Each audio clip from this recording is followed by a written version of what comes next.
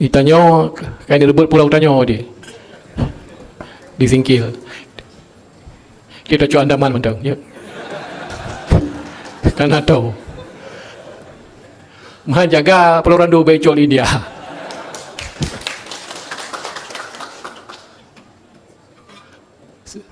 Walaupun bercanda kita harus hati-hati juga. Tapi yang jelas 40 itu hak kita. Kita punya. Apa kita berteriak ni serak itu hak kita. Cuma kita selalu aja, enggak apa-apa. Hai Patih, tajam baru bulan, tajam baru rumput di Sabang, di Pulau Panjang, Kemenang.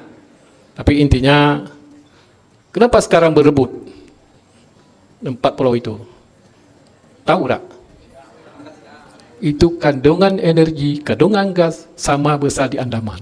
Itu permasalahannya. Ini orang siap berapa dulu? Berapa kau?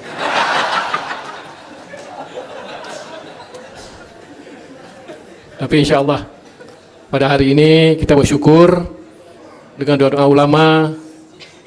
Kalau kita syukuri ke kita Tuhan menambah ya. Jika kufur, prehon terlaknat. Yang getren lipo tentu. Jadi mudah-mudahan ini adalah PR kita semua untuk kita semua menjaga Aceh.